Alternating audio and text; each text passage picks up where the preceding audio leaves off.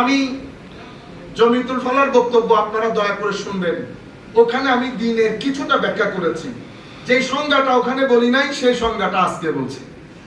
আমার উম্মতের উলামায়ে কেরাম দ্বীনের সংজ্ঞা দিয়েছেন। দ্বীন কাকে বলে?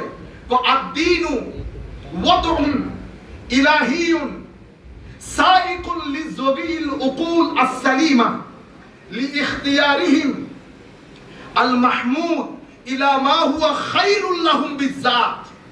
দ্বীন কাকে বলে? দ্বীন জমিনের মধ্যে আল্লাহ দিনও রেখেছেন, রাতও রেখেছেন, ভালো রেখেছেন, মন্দও রেখেছেন, খায়রও রেখেছেন, শারও রেখেছেন। তো দ্বীন কি?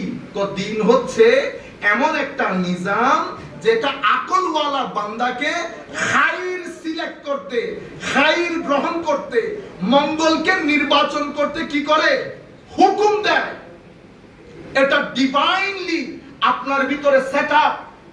দ্বীন চাই আপনি ভালো জিনিসটা গ্রহণ করেন, কিন্তু আমাদের ভিতরে আল্লাহ রাব্বুল আলামিন আমাদের পরীক্ষার জন্য দুটি ডিভাইস রেখেছেন। আমার আল্লাহ দেখতে চান আপনি অন্ধকার জগৎ ঠেলে আলোর জগতে কিভাবে আসেন, সেটা আমার আল্লাহ দেখতে চান। কেন? আমার আল্লাহ চান আল্লাহ যে আপনার উপরে ইহসান করেছেন, সেই ইহসান আপনি কতটুকু স্মরণে রেখেছেন। আপনি যদি রাখেন তাহলে তো ভালো বান্দা, যদি না রাখেন তাইলে তো আপনি ভালো জিনিস গ্রহণ করলেন না। তাইলে এটার নাম হচ্ছে দ্বীন, এটার নাম হচ্ছে দ্বীন। দ্বীনের একটা শব্দ হচ্ছে আপনার কলব বাতেনকে ডিসিপ্লিনে আনা। কি আনা? ডিসিপ্লিন। আপনারা বুঝতে পেরেছেন? শৃঙ্খলার মধ্যে আনা। কলব বাতেন শৃঙ্খলার মধ্যে কেন আনতে হয়? কলব বাতেনকে যদি বিশৃঙ্খলাপূর্ণ পরিস্থিতিতে নিয়ে যান, মানুষ হাইওয়ানের চেয়ে নিকৃষ্ট হয়ে যায়। আপনারা বুঝতে পেরেছেন? হাবিল কাবিলের নাম শুনেছেন? তোর মধ্যে এক কমবখ্ত নিজের ভাইকে হত্যা করেছে না? যিনি হত্যা করেছেন ওনার নাম কি কেউ জানেন? কাবিল। মাশাআল্লাহ।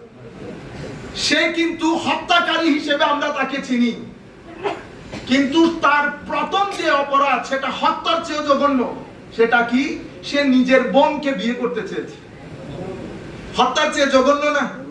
তাইলে নবীর ছেলে হয়ে সে কত নিকৃষ্টতম জায়গায় নেমেছে দেখেন। এই কথা আমাদের আল্লাহ কোরআনের মধ্যে বলেছেন। বুঝতে পেরেছেন? মানুষের কলব বাতেন যখন খায়র ও শার আল্লাহর দিক নির্দেশনা অনুযায়ী না চলে, তখন মানুষ চতুষ্পদ জন্তুর চেয়েও কি হয়ে যায়? নিকৃষ্ট হয়ে যায়।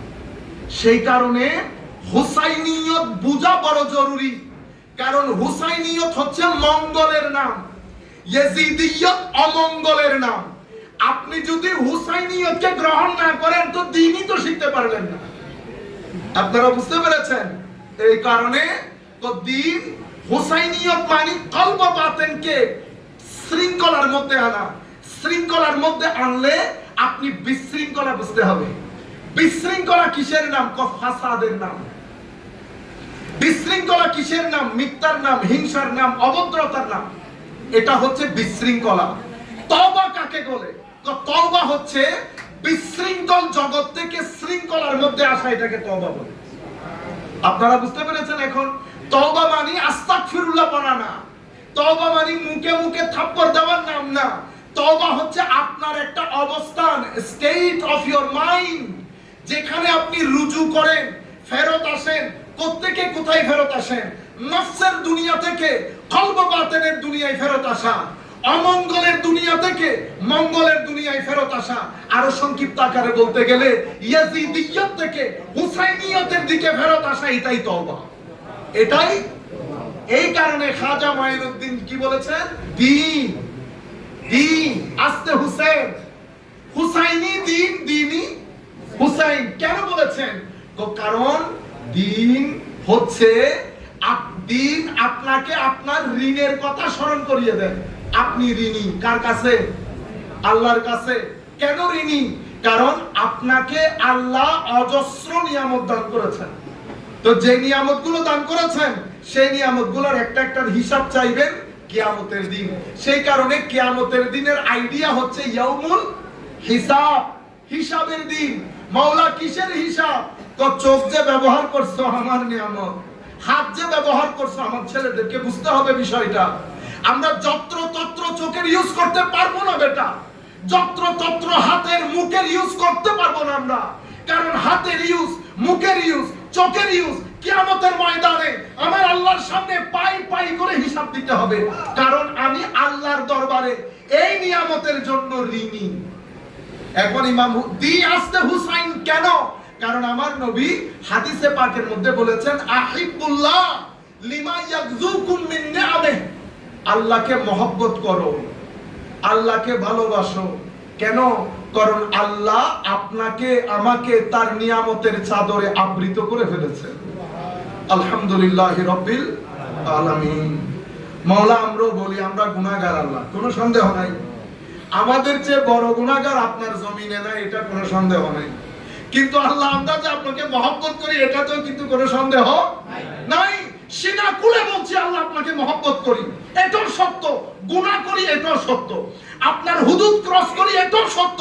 আমিও সাক্ষ্য দিচ্ছি আল্লাহ আমাদের এই ছেলেরা, আপনার এই বান্দারা আপনাকে মহব্বত করে, আপনাকে খোদা বলে জানে, রাজ্জাক বলে জানে, মালিক বলে জানে, রহমান রহিম ইলাহ বলে জানে।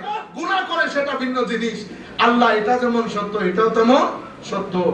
আমাদের সবাইকে আপনি আপনার আদালতের চাদরে না, রহমতের চাদরে আবৃত করেন আল্লাহ।